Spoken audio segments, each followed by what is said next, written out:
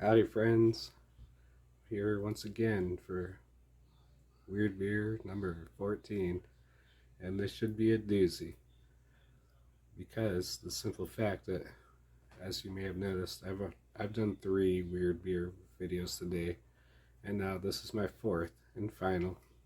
And as another twist of fate, the beer I'm about to try is from Germany. So this is German, and I don't know how to speak German, so I'm going to try my best to read what this can says in German. And forgive me, once again, I don't know how to speak German. If there's any German out there that can correct this, I'd be much obliged. Okay, here we go. So it's called Privat Brauerei Plank La Aber. Can you read that up top here? Plank beer. Dunkler Weizenbach Ale. Product of Germany. Got 5 stars on there. Die Bayerischen Bier. Eising in their. Well, I have no idea what that means, or if I'm pronouncing it right. That little rating there. See that or not? Okay. Since 1617. So they've been making this kind of beer since the year 1617. So for about 406 years. So it must be good, right? Let's see. The World Beer Cup 2006 Champion Brewery and Brewmaster Small Brewing Company. World Beer Cup 2012 Champion Brewery and Brewmaster Small Brewing Company.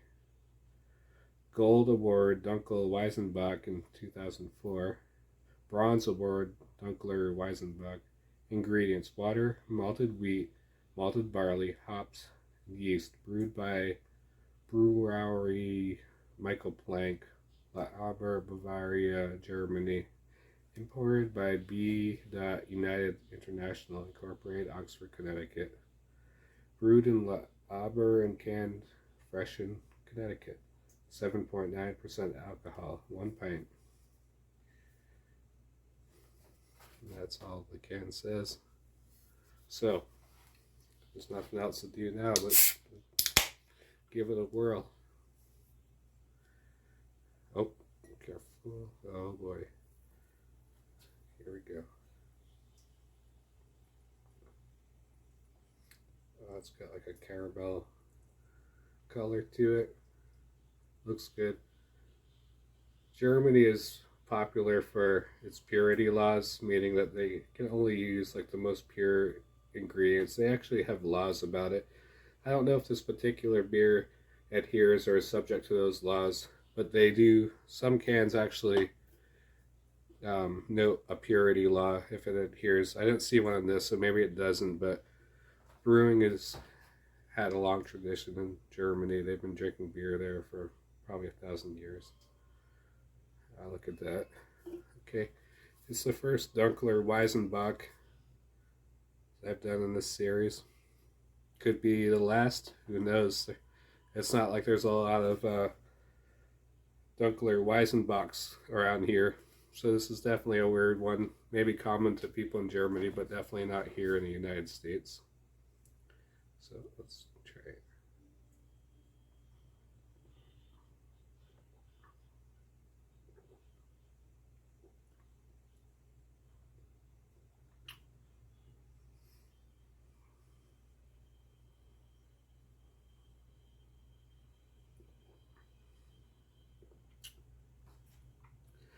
It's really smooth. I think I say that every time. It's highly drinkable.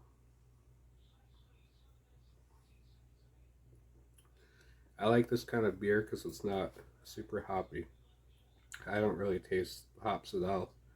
I taste some maltiness And there's this distinct flavor that I noticed that seems to be sort of a pattern with German beers, and I don't know how to describe it. Once again, failing.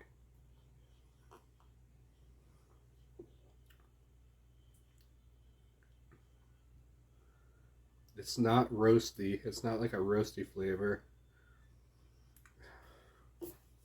Maybe it's, oh, you know what I bet it is? I bet it's the wheat.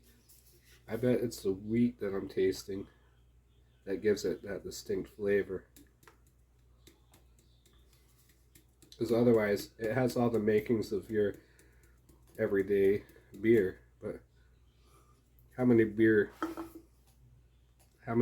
rather have wheat in it? Malted barley. It probably has something to do with that as well. Although it's not like that's super uncommon, but most beers will have barley. They may vary in their malting techniques or the degree that they're malted to. But the malting process, to my knowledge, is they roast the malts. So you could roast it so it's like a lighter color, or you could roast it darker. Kind of think of it like if you ever made popcorn before. If you ever burn the popcorn, you taste it, it has like kind of like a burnt taste. Like you still eat it because you don't want to waste it, or at least you eat enough until you're like, this is no good, throw it away. I think it's the same with malts. You can roast them light, you can roast them dark. Maybe it's more like coffee. Maybe that's the better analogy. But as you can see, the beer is dark, and I don't believe it's the wheat by itself. So I'm willing to bet that they roast that malt like really dark, because malt typically has like a grain color. It's like well, like wheat as well. It's got kind of like a tan color to begin with, but this, as you can see, is darker. So it's roasty. That's the thing. It's roasty. It has a roasty taste to it.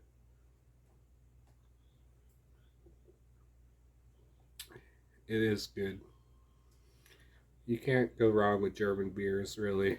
There was one time I drank one beer that I drank that was really bad, and forgive me if you happen to work for the Spaten Company.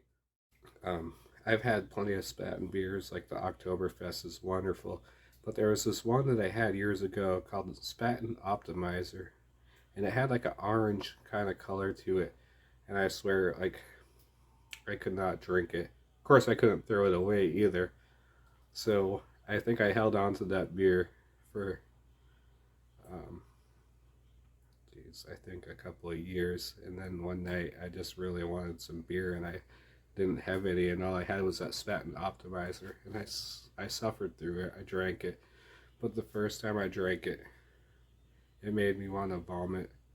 Actually, the word Spaten, I used to say like it tastes like somebody like spat in the beer. It tasted vomity, but like, you know, that's the thing. Like you drink beers, you go through different phases. Your taste buds change as you age. So what you might have hated as a younger person, you might find yourself rolling up on like a taste for that. Well, I can't say that I did with that Spaten Optimizer, but I was able to drink it. Maybe because I was so desperate, but like I did drink that. Same with another beer I drank one time. It was a bacon stout. Now I like bacon, but the bacon stout did not taste good at all. But there again, I held on to it for a couple of years, and then one night I really wanted beer and I drank it. Yeah, call me crazy, whatever. Um, and with that, I see this is becoming a lengthy video, so might as well go for it. Being that this is my fourth beer, I can anticipate reasonably that unless I take some corrective action for myself, that maybe I'll have a rough day tomorrow. I'll wake up and go, whoa, that beer snuck up on me. Ooh, why did I drink all those weird beers? Well, what I would recommend for myself and for all you watching who might go through like a similar situation is some preemptive action, namely eat some food, take an aspirin, and drink as much water as you can before you go to bed. And if you wake up in the middle of the night, if it's like 4 hours later, drink more water, eat more food, take another aspirin, and that should help you a lot in the morning. I speak through experience because I've had plenty of rough mornings. Otherwise, a good thing to do is eat for breakfast. Eat some greasy food, like some bacon, like greasy breakfast. Have some hash browns and breakfast hash. Also, if you have any leftover Chinese food, not obviously, but ironically, if you eat like those boneless spare ribs and eat the lo mein and stuff like that, that seems to help.